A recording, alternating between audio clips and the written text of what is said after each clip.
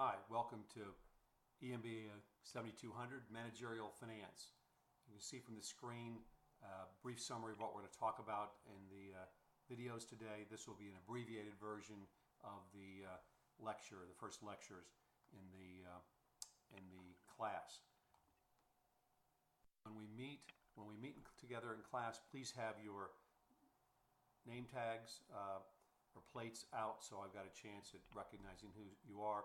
And if you've read in the syllabus, you'll see there's some opportunity for class participation points, not mandatory, but additional points, and can't allot those if I don't know your name. Here are the basic questions we're going to try to answer in this finance course. Essentially, where does a company get the funds it needs to operate, and what does it do with that money, assuming that it has enough money to do these things.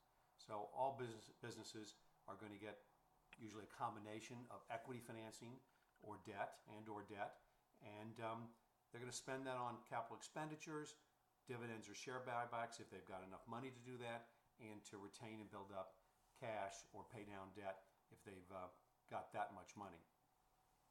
Why is this important? Because the presumed goal is to maximize shareholder value. Now, a quick sideline here, we're not going to discuss a lot the question about whether that's really what the corporation should be doing or what its managers and directors should be doing.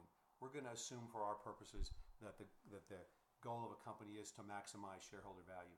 Realize that that's a relatively new concept, that 30 plus years ago the other stakeholders were such as customers and the community were also considered pretty high on the priority list for companies, but we tended to have a move toward the presumption that we're supposed to be maximizing shareholder value. We also, for simplicity in this course and to keep it somewhat streamlined, we're going to make that assumption that we're here as financial managers or managers paying attention to finance to maximize shareholder value. Now, how do you do that?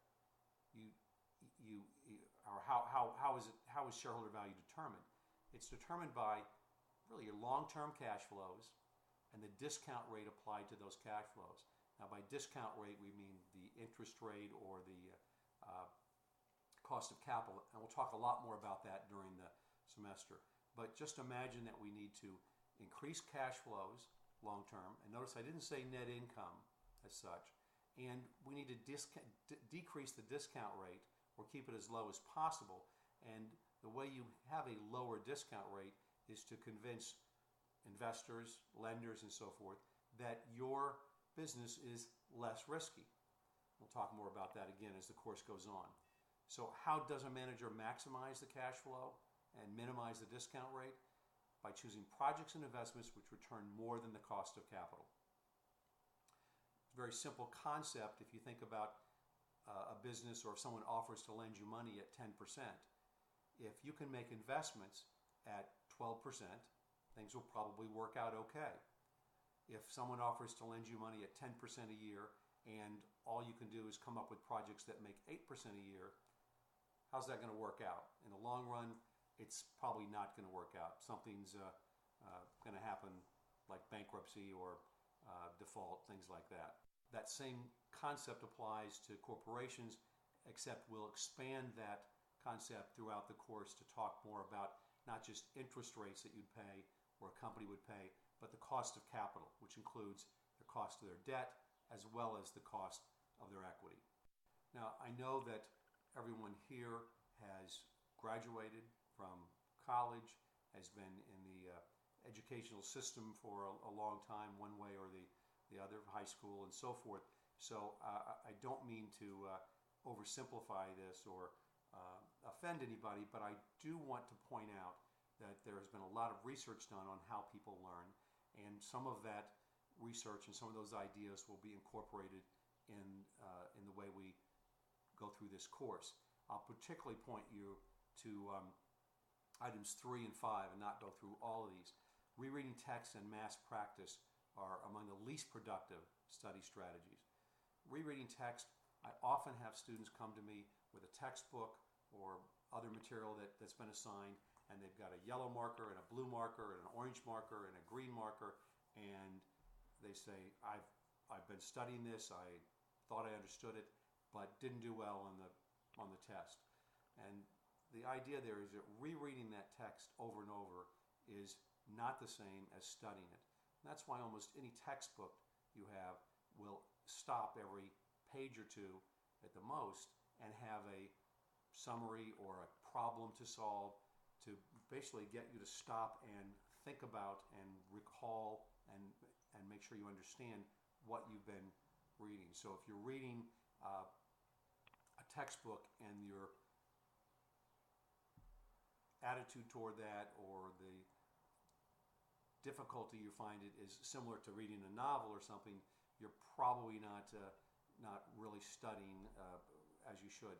The mass practice idea is that they've come to understand that if you were to do 20 problems of the same kind, inventory days, computing inventory days, for example, at the end of that you'd be convinced that you know inventory days calculations, and you would for that time being.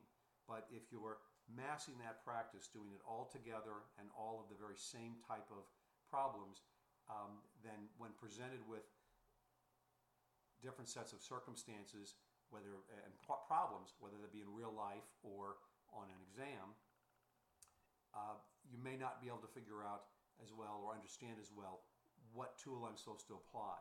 So the idea is don't practice that one thing over and over. Practice it and then come back to it a different time. And that leads you to number 5 on this list, which is space out the task a bit. If you can, even sleep on it. So practice and then go on to the next types of problems or the next chapter and come back to that as many times as you can, but spaced out over a little bit of time. Preferably at least a day. So here's a list of materials and resources you'll need. You'll see this in the syllabus, of course, as well. I have changed the second item, the calculator. The student has come to me and has a deep emotional attachment to a scientific calculator, and which has the time value of money functions. So I'm going to allow that on the exams. If you've got one of those, I am going to reserve the right to clear out the register of any scientific calculator beforehand as well. If you haven't signed up for Top Hat, you should do that right away.